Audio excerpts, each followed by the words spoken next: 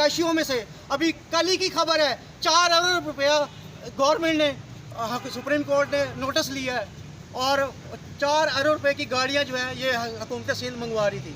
और मुराद सईद कहते हैं कि ये तो 1800 सीसी गाड़ियाँ थी और डबल कैबन गाड़ियाँ थी, ये कोई आम सी गाड़ियाँ थी।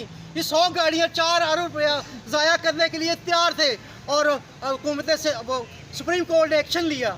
उन्होंने कहा कि कराची में आपने कोई बजट नहीं लगाया, तो आप अपनी याशी के लिए आपके पास पैसा है। तो हम जो केटरिंग वाले इस वक्त हम बदहाली का शिकार हैं। हमारी जो कम्युनिटी है इस वक्त वो ज़कात लेने पर मजबूर है। आप कैसे हैं? हम 4 से 5 माह हो गए हैं, हम इस वक्त हमारी मैरिज हॉल वाले कर्ज के नीचे दब चल रहे हैं। सारा किस तरह हो रहा है? खुदारा हुकूमत से गुजारिश है अपनी अयाशियों में से कुछ निकाल के पैसा हमें दें और हमारे काम को बहाल करें। हमारे शादी हाल और जो दूसरे केटरिंग के दुनिया के जो लोग हैं उन पे एहसान करे, कोई रिलीफ दे खुदा के लिए। हर मिनिस्टर को मिले, हमारी कबीना जाके हमारे बड़े मिले हैं, लेकिन सिर्फ लॉलीपॉप दिया जा रहा है। वो कहते हैं भाई ये काम जो करना है ये ऊपर वाले करेंगे। तो ऊपर वाले जो हैं हम सब जानते हैं। हमारी आर्मी चीफ से रिक्वेस्ट है कि खुदा का वास्ता है हमारे हाल पे रहम किया जाए। आर्मी चीफ को अपने शहीद जवानों का वास्ता है कि हमारी सिर्फ एक बात सुन लें, किसी हमारे लाहौर के कोर्ट कमांडर को बोले, हमारे प्रेसिडेंट को मिलें आके, हम अपने मसले मसाइल बताएं कि हमारे साथ कितने मसाइल हैं। लोगों के चूल्हे बुझ चुके हैं, लोगों की बड़ी मुफलिसी का आलम है, लोगों की शादी हाल बंद है, उसमें वेटर हैं, उसमें मजदूर हैं, उसमें छोटे छोटे कैटरिंग वाले, उनका इतना बुरा हाल है कि आप सोच नहीं सकते। बेचारे अपना जेवर बेच रहे हैं, जेवर खरीदने वाला कोई नहीं है। और अभी हमें पता लगा है, हमारे एक साहब थे, उन्होंने बेचारे लाहौर में अपना शादी हॉल का काम स्टार्ट किया था। वो 2 भाइयों ने मिलकर एक इन्वेस्टमेंट की थी। जब से लॉकडाउन हुआ वो इतना डिप्रेशन में आए बेचारे, नुकसान में एक भाई का इंतकाल हो गया है। हमें अब लोग मरना शुरू हो गए हैं, कोरोना नहीं मारेगा, हमें मुआशी बदहाली मार देगी।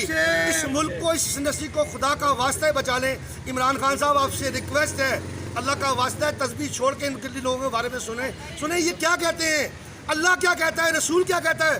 आपको कुछ आइडिया नहीं है। रियासत मदीना ऐसी थी कि सबको बंद कर दो, जो जाके पैसे दे दे, रिलीफ फंड में पैसे दे दे, वो कारोबार खुल जाए। लाहौर में हर दुकान खुली है, पूरे पाकिस्तान में हर दुकान खुली है, शटर खोल के कारोबार किया गया है, शटर नीचे करके कारोबार किया गया है। एक वाइन इंडस्ट्री भाई, हम शटर खोल के शटर नीचे कर कारोबार नहीं कर सकते। इसको बचाएं। इससे मुंसलिक जो लोग हैं उसमें पोल्ट्री है, गोश्त है, मुर्गी है, सब्जी है, वेटर है, लातादाद लाखों लोग रोडों पे आ गए हैं।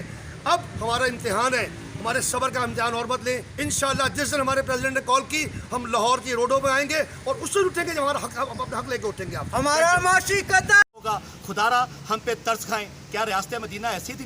मोहतरम वज़ीर-ए-आज़म साहब, आप रियासत मदीना की बात करते हैं। हज़रत उमर फ़ारूक रज़ी अल्लाह ताला उन्होंने कहा था कि साहिल पे एक कुत्ता मर गया तो मैं उसका जवाब दूँ। यहाँ लाखों लोग बेरोज़गार हो गए और लोग भूख से मर रहे हैं। खुदारा हम कोरोना से मरे ना मरे, हम भूख से ज़रूर मर जाएंगे। मेरी हुकूमत वक्त से अपील है कि वो हमारे साथ फ़ौरन SOPs तय करे। अगर उन्होंने हमारे साथ SOPs तय ना किए तो हम अपनी डेट अनाउंस करेंगे और हम सड़कों पर आ जाएंगे और हम पाकिस्तान को ब्लॉक कर देंगे। हमारा मकसद आपको हुकूमत को गिराना नहीं, सिर्फ बाइज़्ज़त रोज़गार लेना होगा और हम अपना हक वो लेकर जाएंगे, क्योंकि हम बाइज़्ज़त लोग हैं, बाइज़्ज़त शहरी हैं, हम टैक्स पेड लोग हैं, हम कोई चोर नहीं है जो आप 4 माह से बंद करके हमारी कोई बात नहीं सुने। खुदारा हमारी इस इंडस्ट्री पर तरस खाया जाए।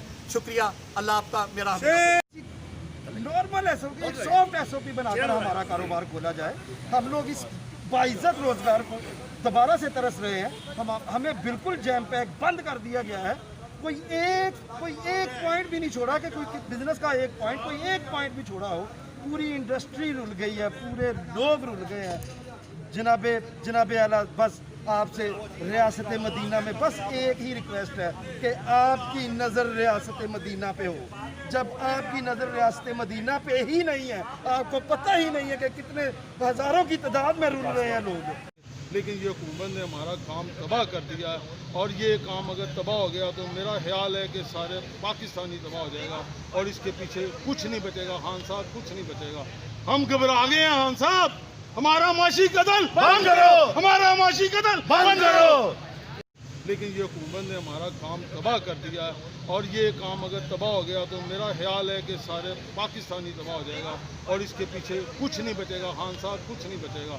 हम घबरा गए हैं खान साहब, हमारा माशी कत्ल बंद करो, हमारा माशी कत्ल बंद करो।